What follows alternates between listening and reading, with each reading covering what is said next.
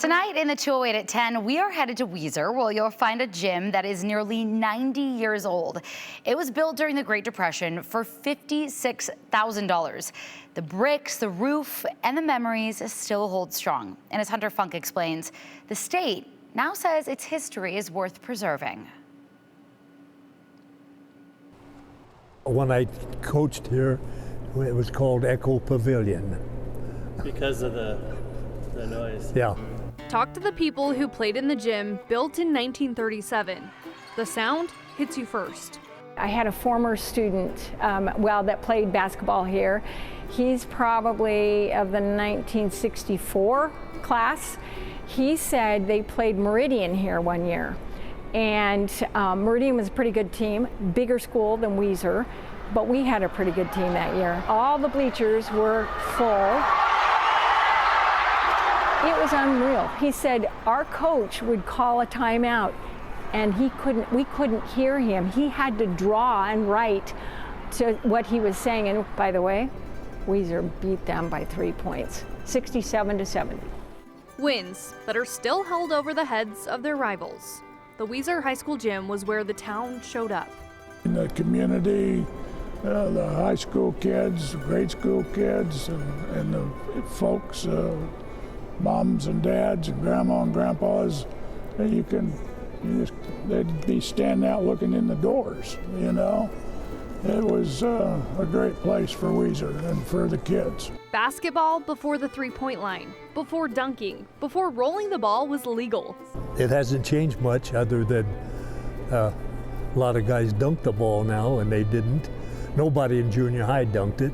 And it wasn't just sports. There were square dances, fiddle festivals, even the Harlem Globetrotters. So many memories here. Like I said, I couldn't even start to tell you my favorite one. There's a couple that I really like, but I don't dare tell you.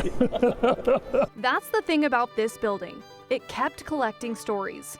And now, nearly 90 years later, the state of Idaho is stepping in to help make sure it keeps them.